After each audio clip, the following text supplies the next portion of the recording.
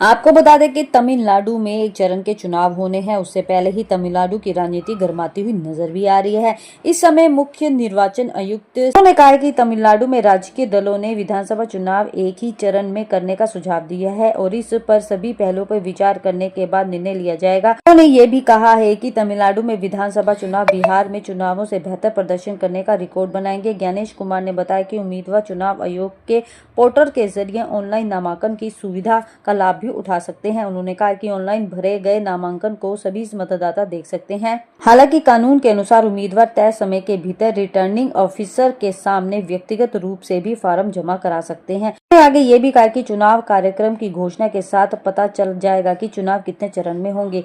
CEC ने दक्षिण भारत में प्रचलित चौलाई व्यवस्था का जिक्र करते हुए कहा है कि तमिलनाडु का लोकतंत्र के लिहाज से गौरवशाली अतीत रहा है। कुदवोलाई शाब्दिक अर्थ मतलब पात्र होता है। दक्षिण भारत विशेष रूप से तमिलनाडु में 10वीं सदी में चोल साम्राज्य के दौरान घड़े में मतपत्र डालकर मतदान की यह प्रथा प्रचलित थी। तो ये भी बता दें कि तमिलनाडु में हाल ही में संपन्न मतदाता सूची के विशेष गहन पुनरीक्षण का उल्लेख करते हुए ज्ञानेश कुमार ने इसे देश के लिए एक आदर्श और बड़ी सफलता बताया है। उन्होंने कहा है कि एसआईआर का स्पष्ट उद्देश्य यह है कि कोई भी योग्य व्यक्तिगत मतदाता सूची से बाहर न रहे और कोई अयोग्य व्यक्ति उसमें शामिल न हो। मुख्य निर्वाचन आयुक्त ने राज्य के 75,000 मतदान केंद्रों पर आवश्यक सुविधा उपलब्ध कराने का आश्वासन भी दिया है। अब ऐसे में तमिलनाडु की राजनीति गर्माती हुई भी दिखाई दे रही है। जहां एक और बिहार चुनाव हो चाहे दिल्ली चुनाव हो, विपक्ष ने ज्ञानेश कुमार पर केंद्र सरकार से मिलने का आरोप लगाया था, जिसके जवाब में चुनाव आयोग ने विपक्ष को लताड़ा था। हालांकि